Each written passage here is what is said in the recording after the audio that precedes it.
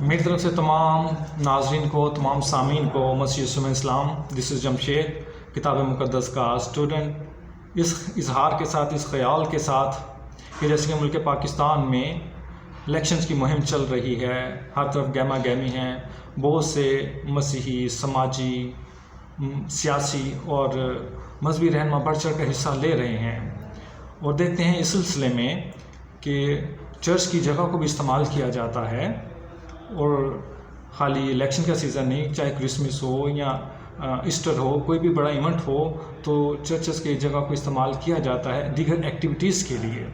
और देखते हैं कि जब लोग आते हैं तो उसके साथ साथ खुदावंद के घर के पाक मज़बा की भी बेहुरमती करते हैं, जानते हुए ना जानते हुए भी।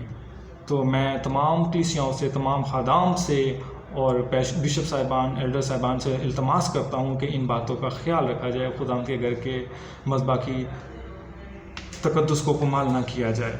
और इसके साथ साथ एक सवाल जहन में था कि मैं आपके सामने रखना चाहता हूँ कि क्या मसीह यीशु की जो पाक मेज़ सजती है उस पाक मज़बा पर, पुलपट पर, उस पाक रस्म होली कम्युनियन में हर बंदाई या बंदी शामिल हो सकते हैं? क्या निजस हालत में ज़िंदगी में गुनाह रखते हुए उस रोटी और प्याला में शामिल हो सकते हैं? अगर नहीं तो क्यों कर एक आम आदमी जो नॉन बिलीवर है वो मसीह यीशु के पाक मज़बा पर जाकर अपनी स्पीच करे?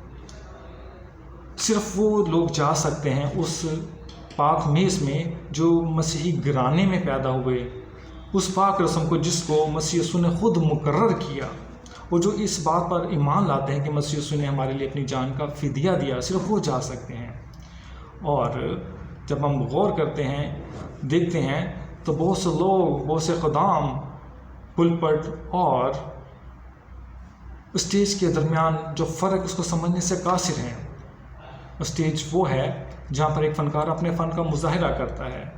स्टेज वो है जहाँ पर एक सलाहियत रखने वाला शख्स अपनी कारकर्दगी को दिखाता है, जहाँ कोई भी शख्स जा सकता है। और स्टेज तो रोड पे, गली में कहीं भी लग सकता है, लेकिन जो पुलपट है सिर्फ वहाँ वही जा सकता है जो खुदा का खादम है, जो ममसू है।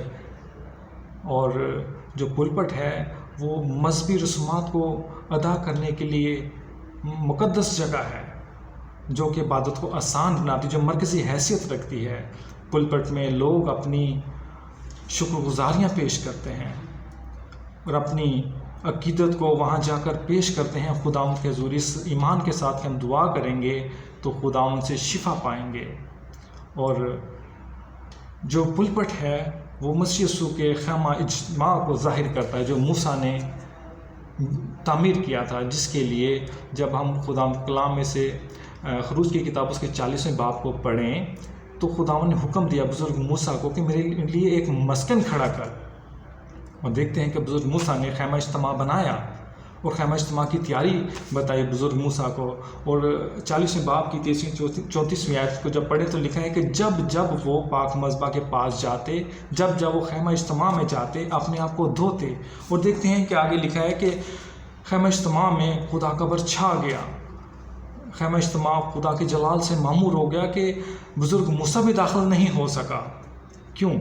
क्योंकि उसने खुदा के हुक्म की तामील की, उसके पाकीज़गी के लेवल को, मेयार को बराबर रखा, पूरा किया। और 40वें बाब की 13वीं-14वीं आयत को पढ़ें तो लिखा है कि खुदावंद ने कहा कि हारून को, उनके बेटों को ख़ैमा इज्तिमा के दरवाज़े पे लाकर गुस्ल दिलाना, उनको मुक़द्दस लिबास पहनाना, उनको पाक करना, उनको मसा करना, ताकि वो मेरी घर के खिदमत को अंजाम दे सकें। और ये नस्ल दर नस्ल खिदमत का अब्दी निशान होगा उनके दरमियान। और अजीज़ों, वो जो ख़ैमा इज्तिमा है वो मसीह यीशु के बदन को ज़ाहिर करता है। पाक रस्म जहाँ मसीह यीशु की अदा की जाती है पुलपट पर, उसको ज़ाहिर करता है। तो ज़रूर है कि जो खुदा का घर है, दुआ का घर है, उसको वो मेयार दिया जाए, उसकी वो इज़्ज़त की जाए। और मैं इल्तमास करता हूँ कि इन बातों का ख्याल रखा जाए। मेरी तरफ से आप सबको सलाम। God bless you all. Thank you.